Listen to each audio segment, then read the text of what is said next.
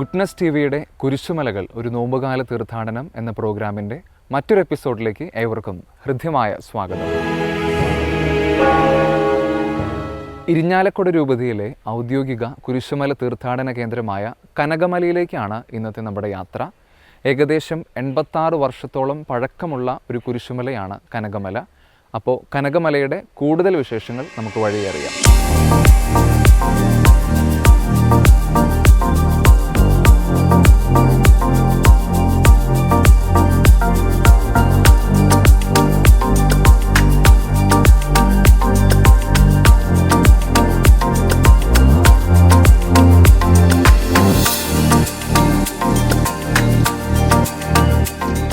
കനകമല ദേവാലയത്തിൻ്റെ ഉള്ളിലാണ് നമ്മളിപ്പോൾ ആയിരിക്കുന്നത്.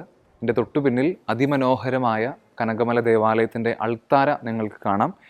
ഏകദേശം 600-നടുത്ത് ഇടവക ജനങ്ങളുള്ള ഒരു വലിയ ദേവാലയമാണ് കനകമല. ഈ പള്ളിയുടെ തൊട്ട് പിന്നിലാണ് കനകമല തീർത്ഥാടന കേന്ദ്രത്തിലേക്കുള്ള കുരിശുമലയിലേക്കുള്ള യാത്ര ആരംഭിക്കുന്നത്. ഇവിടുത്തെ ഒരുക്കങ്ങളെപ്പറ്റി കൂടുതൽ നമ്മളോട് പങ്കുവയ്ക്കുവാനായിട്ട് ഈ ഇടവകയുടെ വികാരി ബഹുമാനപ്പെട്ട മനോജച്ചൻ ചേരുന്നുണ്ട്. അച്ഛാ, സ്വാഗതം.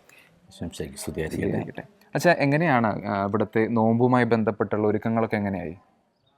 ഇവിടെ തൃശ്ശൂർ ജില്ലയിലെ തോമാസ്ലിയുടെ നാമധേയത്തിൽ ഇരിഞ്ഞാലക്കുട രൂപത്തിലെ ഏറ്റവും ശ്രേഷ്ഠമായിട്ടുള്ളൊരു കുരിശുമുടിയാണ് നമ്മൾ കനകമല കുരിശുമുടി.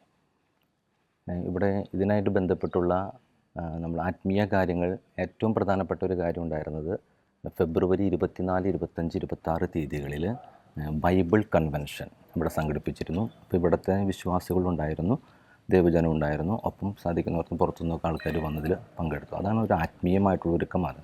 അതിനുശേഷം മാർച്ച് 2-ാം തീയതി നോമ്പിൻ്റെ തലേന്നാൾ, അന്നാണ് ദീപശിഖ പ്രയാണത്തോടു കൂടിയിട്ടാണ് ഈ വർഷത്തെ 86ാമത് നോമ്പുകാല തീർത്ഥാടനത്തിന് ആരംഭം കുറിച്ചിട്ടുള്ളത്. കനകമല ഇടവകയുടെ ആദ്യത്തെ വികാരിയായ ബഹുമാനപ്പെട്ട ആൻ്റണി ചെറിയത്തച്ഛൻ്റെ കബറിടം സ്ഥിതി ചെയ്യുന്നത് സെൻറ്റ് റീത്ത ദേവാലയ ചിറ്റപ്പള്ളി ദേവാലയത്തിലായിരുന്നു. അപ്പോൾ അവിടെ നിന്നാണ് ഇത്ത വർഷം ദീപശിഖ പ്രയാണത്തോടുകൂടെ നമ്മൾ ഇവിടെ വരികയും അഭിമന്യ പിതാവ് ദീപശിഖ ഏറ്റുവാങ്ങി ദീപം തെളിച്ചതിന് ശേഷമാണ് ഔദ്യോഗികമായിട്ട് ഈ വർഷം 86ാം നോമ്പുകാല തീർത്ഥാടനം ആരംഭം കുറിക്കുക. അതിനുശേഷം എല്ലാ ദിവസവും ആൾക്കാർ മല കയറാൻ വരുന്നു. ഇവിടെ കുർബാനയുടെ സമയങ്ങളാണെങ്കിൽ കുരിശുമുടിയിൽ എല്ലാ ദിവസവും രാവിലെ 6 മണിക്കും വൈകിട്ട് 7 മണിക്കും വിശുദ്ധ കുർബാന എല്ലാ ദിവസവും നോമ്പിൻ്റെ സമയത്ത്. പിന്നെ വെള്ളിയാഴ്ച ദിവസങ്ങളിൽ രാവിലെ 6 മണിക്കും 11 മണിക്കും വൈകിട്ട് 7 മണിക്കും ഉണ്ടാവും. ഞായറാഴ്ച ദിവസങ്ങളിൽ രാവിലെ 6 മണിക്ക് 9 മണിക്ക് വൈകിട്ട് 7 മണിക്കും കുർബാനയാണ്. ഇവിടെയും എല്ലാ ദിവസവും ഈ താഴ്ത്തപ്പള്ളിയിലാണെങ്കിൽ രാവിലെ 6 മണിക്കും 6:15 വൈകിട്ട് 7 മണിക്കും ഇവിടെ കുർബാനയാണ്. പക്ഷേ നമുക്കറിയാം മലയാറ്റൂർ പോലൊരു തീർത്ഥാടന കേന്ദ്രം ഏകദേശം തൊട്ടടുത്താണ്, അങ്കമാലി അടുത്താണ്. അപ്പോൾ എന്തൊക്കെ പ്രത്യേകതകളായിരിക്കും ഈ ഒരു തീർത്ഥാടന കേന്ദ്രത്തെ വ്യത്യസ്തമാക്കുന്നത്? ഈ തീർത്ഥാടന കേന്ദ്രത്തിൻ്റെ പ്രത്യേകത, കൂടുതലും ആൾക്കാർ തൃശ്ശൂർ ജില്ലയുടെ ഭാഗങ്ങളിൽ നിന്നും ഒക്കെ ആയിരിക്കും കൂടുതൽ ഇവിടേക്ക് വരിക. അപ്പോൾ ഇവിടെ കൂടുതലും ഒരു ആത്മീയ ഒരുക്കത്തിൻ്റെ ഒരു തീർക്കണം. ആ മലയിൽ തന്നെ മറ്റേ മലയിൽ നിന്ന് വ്യത്യസ്തമായിട്ടൊരു രീതിയിൽ ഇത്തിരിയും ബുദ്ധിമുട്ടുണ്ട് ഈ മല കുത്തനെയുള്ള കയറ്റമാണ് എന്ന് പറഞ്ഞു കേട്ടിട്ടുണ്ട്. ഒത്തിരി ബുദ്ധിമുട്ടുണ്ട്, ത്യാഗവും. അപ്പോൾ അത് തന്നെ ആൾക്കാരെ സംബന്ധിച്ചിടത്തോളം അല്പം ബുദ്ധിമുട്ടുള്ള മല കയറി അങ്ങനെ പ്രാർത്ഥനയുടെ അസാഫല്യം അനുഭവിക്കാൻ, ത്യാഗം ഒക്കെ പരിത്യാഗം നോമ്പെടുത്തൊക്കെ അങ്ങനെ ഒത്തിരി പേർക്ക് ഇവിടെ വന്ന് പ്രാർത്ഥിച്ച് അങ്ങനെ സൗഖ്യം ലഭിക്കുന്ന ഒരു കാര്യങ്ങളും ആൾക്കാർ സാക്ഷ്യപ്പെടുത്താറുണ്ട്. ഇവിടെ എന്താണ് ഏറ്റവും വലിയ ജനത്തിരക്കെന്നാണ് ഇവിടെ കനകമലയിൽ? ഏറ്റവും കൂടുതൽ വലിയ ആഴ്ചയിലായിരിക്കും ഏറ്റവും, പ്രത്യേകിച്ച് നമ്മൾ ഓശാന ഞായറാഴ്ചയാണ് ഇവിടുത്തെ കുരിശുമുള്ള തീർത്ഥാടനം നടത്തുന്നത്. ഞായറാഴ്ച അന്ന് വൈകിട്ട് 4 മണിക്ക് പൊതുസമ്മേളനം ഉണ്ടാവും. അതിനുശേഷം അഭിമന്യ പിതാവിൻ്റെ നേതൃത്വത്തിൽ വിവിധ ഇടവകളിൽ നിന്നൊക്കെ ആൾക്കാർ ഇവിടെ കുരിശുമല കയറാൻ വരും. അങ്ങനെയാണ് നമ്മൾ മഹാതീർത്ഥാടനമായിട്ട് അവിടെ മുകളിലേക്ക് കയറും. അവിടെ 7 മണിക്ക് അഭിമന്യ പിതാവിൻ്റെ മുഖ്യ കാർമ്മികത്തിൽ വിശുദ്ധ ബലിയർപ്പണം ദേവാലയത്തിലാണോ മലമുകളിലായിരിക്കും.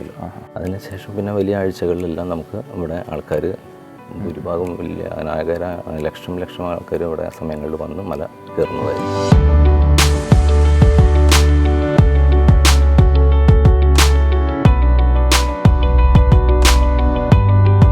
നോമ്പുകാലം ആരംഭിച്ചിട്ട് ഏകദേശം 3 ആഴ്ചകൾ പിന്നിടുകയാണ്. നമ്മളിപ്പോൾ ആയിരിക്കുന്ന കനകമലയിലെ ഈ കുരിശുമുടി തീർത്ഥാടന കേന്ദ്രത്തിലും വൻ ജനത്തിരക്കാണ് വെള്ളിയാഴ്ചകളിലും മറ്റ് ദിവസങ്ങളിലൊക്കെ അനുഭവപ്പെടുന്നത്. നമ്മുടെ ഈ കുരിശുമുടി തീർത്ഥാടന കേന്ദ്രത്തെപ്പറ്റി, ഇവിടുത്തെ നോമ്പുകാല ഒരുക്കങ്ങളെപ്പറ്റി കൂടുതൽ സംസാരിക്കുവാനായിട്ട് ഇവിടുത്തെ കൈക്കാരന്മാർ നമ്മോടൊപ്പം ചേരുന്നുണ്ട്. ചേട്ടാ, പേരൊന്ന് പറയാമോ? ജോസ്.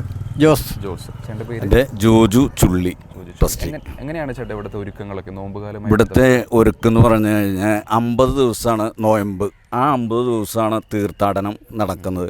അത് ഈ നാടിൻ്റെ ഏറ്റവും വലിയ അനുഗ്രഹ ദിവസങ്ങളാണ്, ദിനങ്ങളാണ്. ഇവിടെ ഇതിനു വേണ്ടി ഇടവക സജ്ജമാക്കുന്നത് ഒരു ഏകദേശം പേത്രത്തെയാണ് പഴയമ്മക്കാർ പറയാറ്, നോയമ്പ് തുടങ്ങുന്ന ദിവസം. അതിനുശേഷം വിഭൂതി, അങ്ങനെ ഒരു 8 ദിവസം മുമ്പ് തന്നെ ഒരു വിശദീകരണ ധ്യാനം നടത്തും. ആ ധ്യാനത്തിൽ ഇടവകയിലെ മുഴുവൻ ജനങ്ങളും, പ്രത്യേകിച്ച് ഭക്തസംഘടനകൾ, അവരെല്ലാവരും അതിനുവേണ്ടി ഒരുങ്ങും. ഇവിടുത്തെ ഏറ്റവും വലിയ പ്രത്യേകത, നാനാജാതി മതസ്ഥർ വന്ന് കയറിയിറങ്ങി ഒരുപാട് അനുഗ്രഹങ്ങൾ നേടുന്ന ഒരു സ്ഥലമാണ് ഇവിടെ. പ്രത്യേകിച്ച് അതിനുവേണ്ടി ഒരുപാട് പാർക്കിംഗ് സൗകര്യങ്ങൾ, എല്ലാ വശത്തു നിന്നും വണ്ടികൾ വരാനുള്ള വഴികളുണ്ട്. തൊട്ടടുത്ത ചാലക്കുടി, കൊടകര, അവിടെ നിന്ന് എല്ലായിടത്തും ഇങ്ങോട്ട് എത്താൻ, കൊടകരയിൽ നിന്ന് ഇങ്ങോട്ട് 4 കിലോമീറ്ററാണ്, ചാലക്കുടി നിന്ന് ഇങ്ങോട്ട് 8 കിലോമീറ്ററാണ്. ഏത് വഴിക്കും വരാനുള്ള സൗകര്യം ഹൈവേയിൽ നിന്ന് ഇങ്ങോട്ട് ഉണ്ട്. പിന്നെ ഇവിടെ ഒരുത്തെ ഒരുക്കങ്ങളെന്ന് പറഞ്ഞാൽ എല്ലാവരും വളരെയധികം സ്നേഹത്തോടെയും സന്തോഷത്തോടെയും കൂടി നീങ്ങുന്ന ഒരു തീർത്ഥാടനമാണ് ഇവിടെ. 86ാം തീർത്ഥാടനമാണ് ഇപ്പോൾ നടക്കുന്നത്. ഇവിടെ കാലത്ത് 5 മണിക്ക് തന്നെ ലൈറ്റുകൾ ഇടും. എല്ലായിടത്തെയും മലയിലേക്ക് കയറാനായി ഗേറ്റ് തുറക്കും. അത് വൈകിട്ട് 10 മണി വരെയാണ് ലൈറ്റിൻ്റെ സൗകര്യമുള്ളത്. ഇവിടുത്തെ ഏറ്റവും വലിയ പ്രത്യേകത എന്ന് വെച്ചാൽ ഭക്തി നിർമ്മലമായ ഒരു പൊന്നിൻകുരിശ് മുത്തപ്പൂ പൊന്മല കയറ്റെന്നുള്ള ശരണം വിളി. ഇവിടെ ഒരു 50 ദിവസക്കാലം ഇവിടുത്തെ മുഴുവൻ ജനങ്ങളുടെയും കാതിൽ എപ്പോഴും ഒരു ഇമ്പമായിട്ടും ഒരു കമ്പനമായിട്ടും ഉണ്ടാവും. അതാണ് ഇവിടുത്തെ ഏറ്റവും വലിയ പ്രത്യേകത. എല്ലാ ജാതിക്കാരും ഒരുപാട് അനുഗ്രഹങ്ങൾ നേടുന്നു. മക്കളില്ലാത്തവർ ഒരുപാട് ആളുകൾ വന്ന് ഇവിടെ നിന്നും അനുഗ്രഹം കിട്ടി, മക്കളായി. വീടില്ലാത്തവർക്ക് ഒരുപാട് ആളുകൾക്ക് ഇവിടെ വന്ന് പ്രാർത്ഥിച്ചതിന് ഫലമായിട്ട് വീടുകൾ കിട്ടി. ഗൾഫിൽ പോകാനും മറ്റു യൂറോപ്പ്, അങ്ങനെ പുറം രാജ്യങ്ങളിൽ പോകാൻ ആഗ്രഹിക്കുന്ന ഒരുപാട് കാലങ്ങളുമായിട്ട് നടക്കാത്ത ആഗ്രഹങ്ങൾ ഇവിടെ വന്ന് നടക്കും.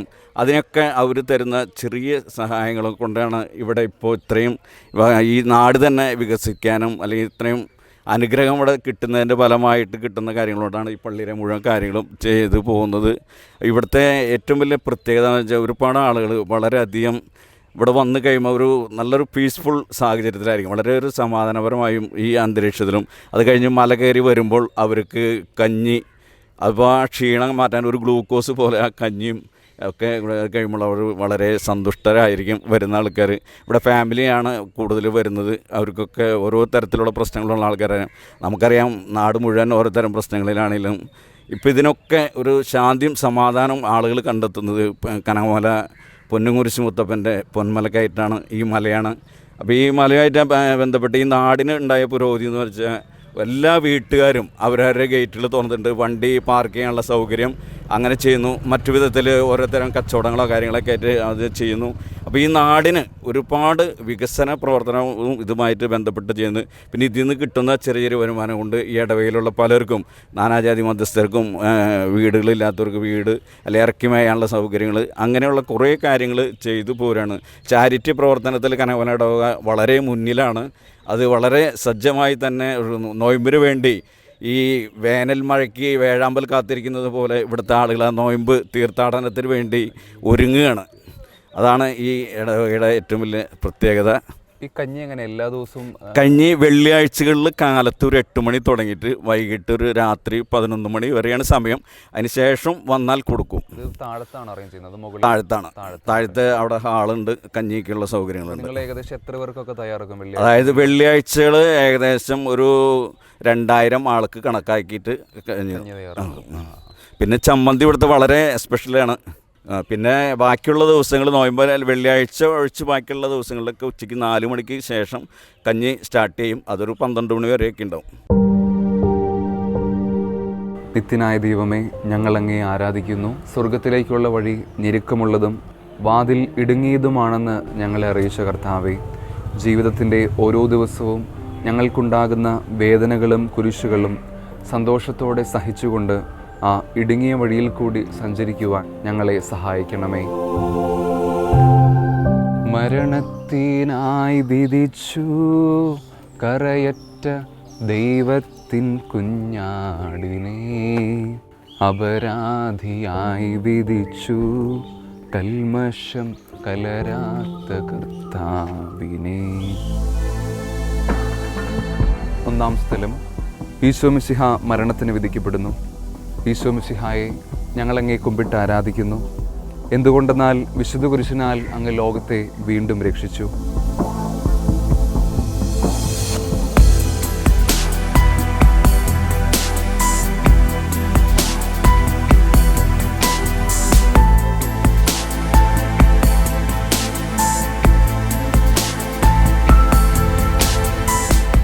ഇവിടുത്തെ ഈ ഇടവകയുടെ PRO നമ്മോടൊപ്പം ചേരുന്നുണ്ട്. ചേട്ടൻ്റെ പേര്? ഷോജൻ ഡി വിധേയത്തിൽ. ഓക്കെ, എങ്ങനെയാണ് ഇവിടുത്തെ ആളുകളുടെ ഒരു തിരക്ക്? അതായത് മറ്റ് രൂപതക്കാർ, മറ്റ് ജില്ലക്കാരൊക്കെ ഇവിടെ വരാറുണ്ടോ? അപ്പോൾ തൃശ്ശൂർ രൂപതയിൽ നിന്ന് വരുന്നുണ്ട്, പാലക്കാട് രൂപതയിൽ നിന്ന് വരുന്നുണ്ട്, കോയമ്പത്തൂരിൽ നിന്നടക്കം ഇവിടുത്തെ ആൾക്കാർ വരുന്നുണ്ട്. ഏകദേശം വലിയ വണ്ടികളൊക്കെ കയറാനുള്ള സൗകര്യങ്ങളും ഇവിടെ നമ്മുടെ തീർത്ഥാടന കേന്ദ്രത്തിൻ്റെ, അതായത് ഇടവകയുടെ അടിവാരം പള്ളിയിൽ നമുക്ക് വിശാലമായിട്ടുള്ള ഒരു പാർക്കിംഗ് സൗകര്യമുണ്ട്. അത് ഇവിടെ നമ്മുടെ ഇപ്പം കൊടകര ദേശീയപാത, കൊടകര ചാലക്കുടി ദേശീയപാതയിൽ നിന്നും ഏകദേശം 4 കിലോമീറ്റർ കിഴക്ക് ഭാഗത്താണ് ഈ തീർത്ഥാടന കേന്ദ്രം സ്ഥിതി ചെയ്യുന്നത്. ഇപ്പോൾ ചാലക്കുടിയിൽ നിന്നാണെങ്കിൽ ചാലക്കുടിയിൽ നിന്ന് 8 കിലോമീറ്റർ.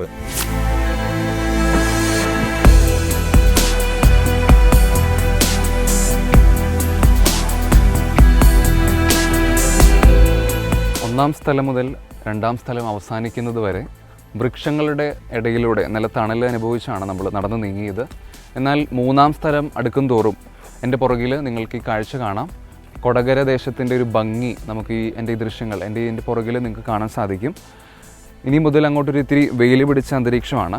അങ്ങനെ നമ്മൾ രണ്ടാം സ്ഥലം പിന്നിട്ട് മൂന്നാം സ്ഥലത്തിലേക്ക് എത്തുകയാണ്.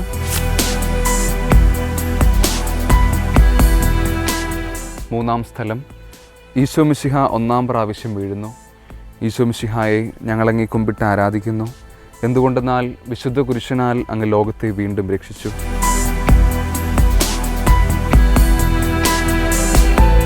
ആരംഭത്തിൽ സൂചിപ്പിച്ച പോലെ 86 വർഷത്തെ പഴക്കം കനകമലയിലെ ഈ കുരിശുമുടി തീർത്ഥാടന കേന്ദ്രത്തിനുണ്ട്. അപ്പോൾ ഇതിൻ്റെ ചരിത്ര പ്രാധാന്യത്തെപ്പറ്റി നമ്മൾ ഇതുവരെ പറഞ്ഞിട്ടില്ല. ഇതേപ്പറ്റി നമ്മളോട് സംസാരിക്കുവാനായിട്ട് ഈ തീർത്ഥാടന കേന്ദ്രത്തിൻ്റെ ഈ വർഷത്തെ ജനറൽ കൺവീനർ തോമസ് ഏട്ടൻ നമ്മോടൊപ്പം ഉണ്ട്. തോമസ് ഏട്ടാ, എങ്ങനെയാണ് മലയാറ്റൂർ പോലെ ഒരു മല തൊട്ടടുത്തൊരു 30 കിലോമീറ്റർ അകലെയാണ്, അപ്പോൾ എന്തൊക്കെ ചരിത്ര പ്രാധാന്യം കൊണ്ടാണ് ഈ കുരിശുമല വ്യത്യസ്തമാകുന്നത്? ശരിയായി പറയുകയാണെങ്കിൽ 1940 കാലഘട്ടങ്ങളിൽ കനകമല ദേവാലയം പേരാമ്പ്ര പള്ളിയുടെ അധീനതയിലായിരുന്നു. അപ്പോൾ അന്നുണ്ടായിരുന്ന വലിയ വീട്ടിൽ അന്തപ്പനച്ചൻ എന്ന അച്ഛനായിരുന്നു പേരാമ്പ്ര പള്ളിയുടെ വികാരി. അപ്പോൾ ആ കാലയളവിൽ സാധാരണ ദിവസങ്ങൾ അച്ഛൻ കിടന്നുറങ്ങുന്ന സമയത്ത് അച്ഛനൊരു ദിവ്യപ്രകാശം മലമുകളിൽ കാണുകയുണ്ടായി. ഏകദേശം പേരാമ്പ്ര പള്ളിയിൽ നിന്ന് കനകമല ഇവിടേക്ക് 5 കിലോമീറ്റർ ദൂരമാണുള്ളത്. ഈ 5 കിലോമീറ്റർ ദൂരത്തിനകത്ത് ഒരു ദിവസം കണ്ടു ലൈറ്റ് പ്രകാശദീപം, രണ്ടാം ദിവസം കണ്ടു, മൂന്നാം ദിവസം അസ്വസ്ഥനായ അച്ഛൻ അവിടെയുള്ള വിശ്വാസികളെ വിളിച്ചു കൂട്ടിക്കൊണ്ട് അവിടുന്ന് എല്ലാവരും ഒരുമിച്ച് ഈ മലമുകളിലേക്ക് കയറുകയുണ്ടായി. അങ്ങനെ 1940കളിൽ മല കയറി വന്ന വിശ്വാസികൾ കാണാനായിട്ട് സാധിച്ചു എന്ന് പറയപ്പെടുന്നത് നമ്മുടെ ഏറ്റവും ഉച്ചിയിലുള്ള ഇപ്പോൾ കനകമല ദേവാലയം സ്ഥിതി ചെയ്യുന്ന അവിടെ ഒരു കരിങ്കല്ലിൽ കുത്തിയ ഒരു കുരിശും അതോടൊപ്പം തന്നെ ഒരു കാൽപാദവും കണ്ടു എന്നാണ് വിശ്വാസികൾ പറയപ്പെടുന്നത്.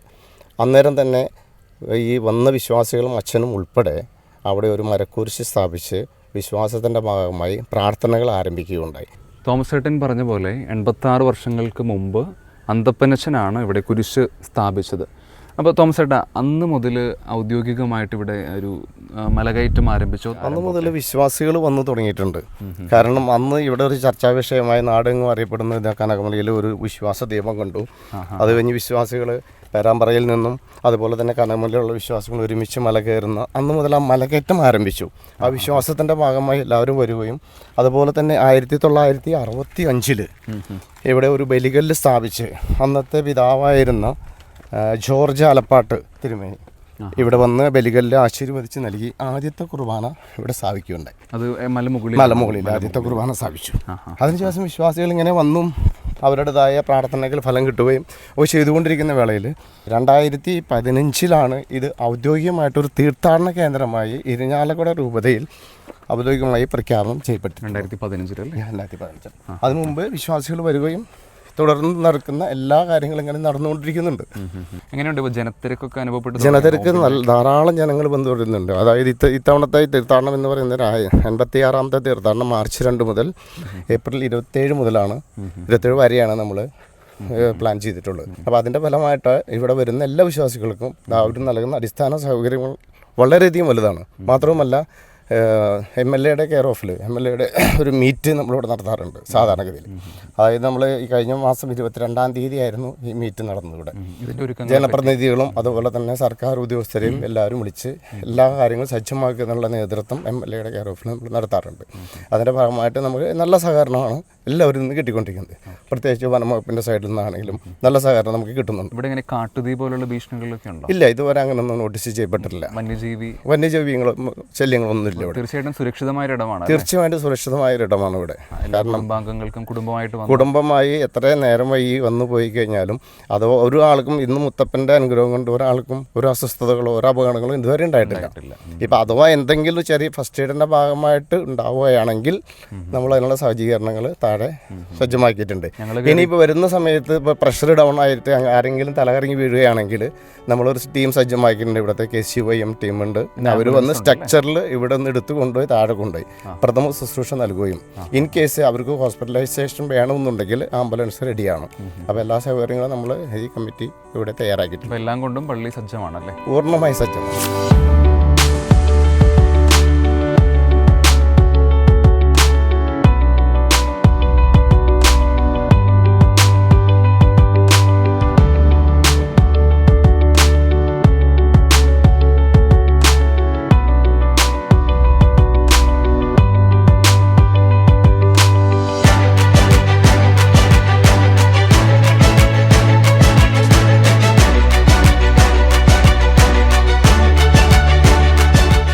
അങ്ങനെ 6ാം സ്ഥലം പിന്നിട്ട് നമ്മൾ 7ാം സ്ഥലത്തോട് അടുക്കുകയാണ്. ആരംഭത്തിൽ വികാരിയച്ചൻ സൂചിപ്പിച്ചു മുടങ്ങാതെ വർഷങ്ങളോളം വെള്ളിയാഴ്ചകളിൽ മല കയറുന്ന ഒരുപാട് പേരുണ്ടെന്ന്. അപ്പോൾ യാദൃശ്ചികമായിട്ട് അങ്ങനെ ഒരാളെ കാണാനായിട്ട് സാധിച്ചു. ചേട്ടൻ മല ഇറങ്ങി വരികയാണോ? ഞാൻ കയറി പോവുകയാണ്. ചേട്ടൻ്റെ പേര്? എൻ്റെ പേര് ജോയ് കുയിലാടൻ. എത്ര വർഷമായി ഇങ്ങനെ മുടങ്ങാതെ എല്ലാ വെള്ളിയാഴ്ചകളിലും കയറുന്നു? 22 വർഷത്തോളം മുടങ്ങാണ്ട് കയറുന്നുണ്ട്. ഇങ്ങനെ മുടങ്ങാതെ കയറാനുള്ള ഒരു എന്താണ് അതിന് കാരണം?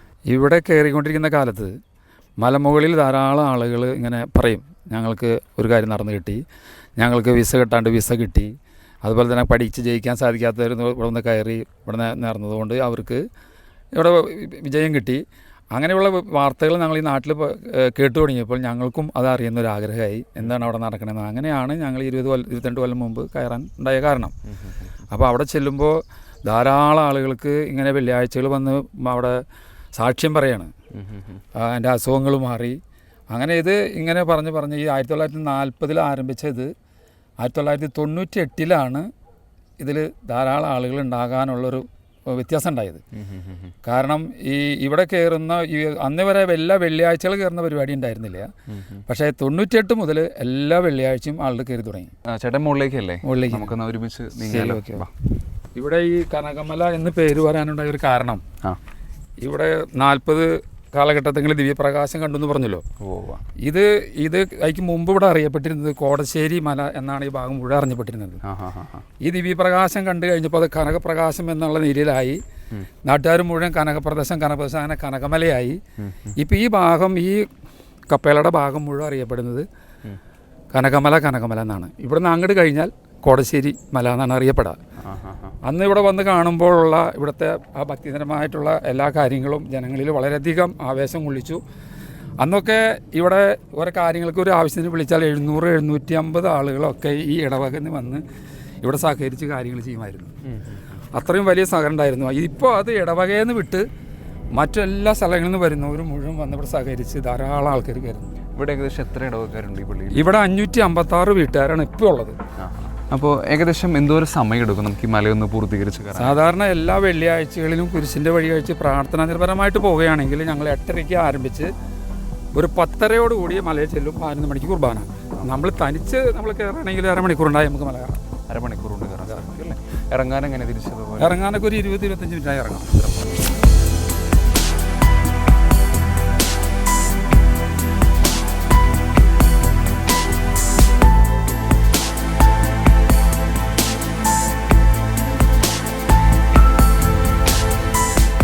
11-ാം സ്ഥലം ഈശോ മിശിഹ കുരിശിൽ തറയ്ക്കപ്പെടുന്നു. ഈശോ മിശിഹായെ ഞങ്ങളങ്ങ് കുമ്പിട്ട് ആരാധിക്കുന്നു. എന്തുകൊണ്ടെന്നാൽ വിശുദ്ധ കുരിശിനാൽ അങ്ങ് ലോകത്തെ വീണ്ടും രക്ഷിച്ചു. ഏകദേശം 10-ാം സ്ഥലം മുതൽ ഒരു കുത്തനെയുള്ള കയറ്റമാണ് നമുക്ക് അനുഭവപ്പെടുക. തീർച്ചയായിട്ടും കുറച്ച് പ്രയാസകരമാണ് ഈ മല കയറാനായിട്ട്. കാരണം കുത്തനെയുള്ള കയറ്റത്തിൽ നമ്മൾ കൂടുതൽ ക്ഷീണിതരാകാനുള്ള സാധ്യതയുണ്ട്. എന്നിരുന്നാലും 7-ാം സ്ഥലം മുതൽ ഇനി അങ്ങോട്ട് കുടിവെള്ള സജ്ജീകരണം ഇവിടുത്തെ പള്ളി കമ്മിറ്റി ഒരുക്കിയിട്ടുണ്ട്. തീർച്ചയായിട്ടും ഈ വേനലിലെ ഈ നോമ്പ് കാലത്തിൽ ഉച്ച സമയങ്ങളിലൊക്കെ കയറുന്നവർക്കും അല്ലാതെ കയറുന്നവർക്കും തീർച്ചയായിട്ടും ഈ ഒരു കുടിവെള്ള സജ്ജീകരണമൊക്കെ വലിയൊരു ആശ്വാസമാണ്.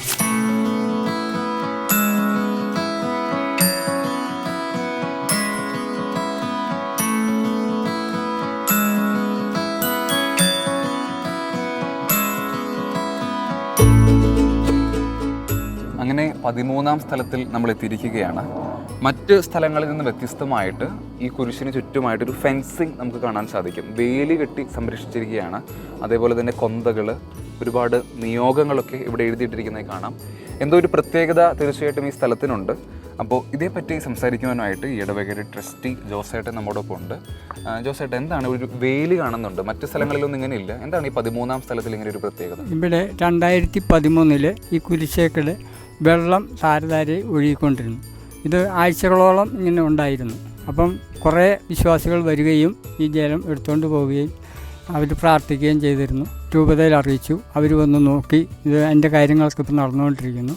അപ്പോൾ കൂടുതൽ തിക്കും തിരക്കും വന്നപ്പോൾ പള്ളിക്ക് നിന്ന് ഈ ഗില്ലിട്ട് വേലിയിട്ട് അയച്ചതാണ്. അതിനുശേഷം പിന്നീട് എപ്പോഴെങ്കിലും ഇങ്ങനെ വെള്ളം വന്നൊരു സന്ദർഭം ഉണ്ടായിട്ടുണ്ട്? അതിനുശേഷം അങ്ങനെ കണ്ടിട്ടില്ല. അച്ഛൻ പറഞ്ഞൊരു കാര്യം, ചേട്ടനാണ് ഇവിടെ ഏറ്റവും കൂടുതൽ ഒരു ദിവസം മല കയറുന്നതെന്നാണ് പറഞ്ഞത്. എന്താണ് അങ്ങനെ ഒരു ചേട്ടൻ്റെ ആ ഒരു ആത്മധൈര്യം എങ്ങനെയാണ് അത് ലഭിക്കുന്നത്? നമ്മുടെ ഒരു വിശ്വാസം. ചേട്ടൻ അങ്ങനെ മടുപ്പൊന്നും തോന്നാറില്ല? മടുപ്പ് പറഞ്ഞാറില്ല. ഒരു ദിവസം 3 പ്രാവശ്യം 4 പ്രാവശ്യം കയറുന്നുണ്ട്. അപ്പോൾ രാവിലെ ആദ്യമായിട്ട് എപ്പോഴായിരിക്കും, രാവിലത്തെ ആദ്യത്തെ കയറ്റം എപ്പോഴായിരിക്കും? രാവിലെ 5 മണിക്ക് ലൈറ്റ് ഓൺ ചെയ്ത് അപ്പോൾ തന്നെ ആ സമയം തന്നെ കയറും. പള്ളിയിൽ നിന്ന് രാവിലെ ഓൺ ചെയ്തിട്ട് അപ്പോൾ തന്നെ 5 മണിക്ക് കയറും. പിന്നെ എപ്പോഴാണ് വേറെ സമയങ്ങളൊക്കെ? വേറെ സമയങ്ങൾ 5 മണിക്ക് കയറി ഇവിടുത്തെ കുർബാന കഴിഞ്ഞ് ഒരു 9 മണിയോട് കൂടി ഇറങ്ങും. പിന്നെ എന്തെങ്കിലും ആവശ്യങ്ങൾ എന്തെങ്കിലും പണിക്ക് ആൾക്കാരുണ്ട്, അവരുടെ കൂടെ വീണ്ടും കയറും. അങ്ങനെ ദിവസം ഒരു 3-4 പ്രാവശ്യം കയറും. പിന്നെ വൈകുന്നേരം 4 മണിക്ക് താഴേന്ന് കയറി വരും. അത് അവസാനം കയറി വന്നതിന് ശേഷം കുർബാന കഴിഞ്ഞ് കപ്പേള പൂട്ടി എല്ലാവരെയും ഇവിടുന്ന് ഇറക്കി താഴേക്ക് വിട്ടതിന് ശേഷം കപ്പേള പൂട്ടി ഇറങ്ങും. ഏകദേശം ഒരു 11 മണിയാകുമ്പോൾ ഇവിടുന്ന് ഇറങ്ങും. അപ്പോൾ ഒരു ദിവസത്തിന്റെ മുഴുവൻ സമയം ഒരു ചിലപ്പോൾ പള്ളിയിലൊക്കെ ഏകദേശം ഈ തീർത്ഥാടന സമയത്ത് 57 ദിവസവും കുരിശുമുടി തന്നെയായിരിക്കും. അപ്പോൾ നമ്മളിനി 14-ാം സ്ഥലത്തിലേക്ക് നടന്നു നീങ്ങുകയാണ്.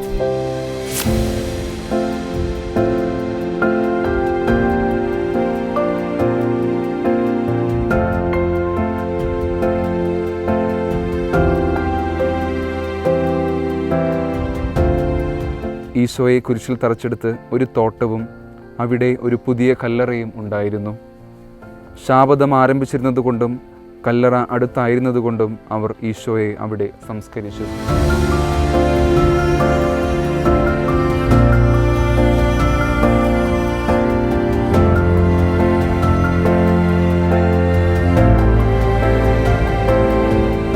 നീതിമാനായ പിതാവേ, അങ്ങേ രഞ്ജിപ്പിക്കുവാൻ സ്വയം ബലിവസ്തുവായി തീർന്ന പ്രിയപുത്രനെ തൃക്കൺ പാർക്കണമേ. തൻ്റെ പുത്രനെ ഞങ്ങൾക്ക് നൽകിയ പിതാവിന് സ്തുതിയും കുരിശുമരണത്താൽ ഞങ്ങളെ രക്ഷിച്ച പുത്രന് ആരാധനയും രക്ഷണകൃത്യം പൂർത്തിയാക്കിയ പരിശുദ്ധാത്മാവിന് സ്തോത്രവും ഉണ്ടായിരിക്കട്ടെ. ആമേൻ.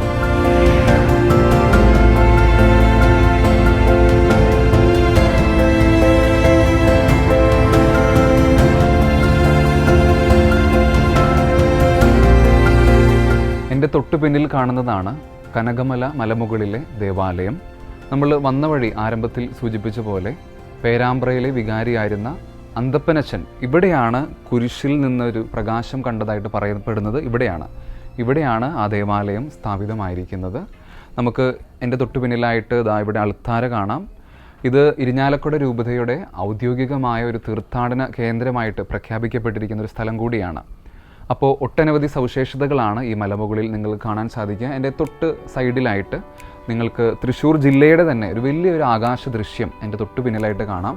ഒരുപാട് ദേവാലയങ്ങളും അതേപോലെ തന്നെ പ്രകൃതിയുടെ മനോഹരമായ കാഴ്ചകൾ ഇവിടുന്ന് ദൃശ്യമാണ്. അപ്പോൾ എല്ലാവരെയും കനകമലയിലെ ഈ തീർത്ഥാടന കേന്ദ്രത്തിലേക്ക് ഏറ്റവും ഹൃദ്യമായിട്ട് സ്വാഗതം ചെയ്യുന്നു.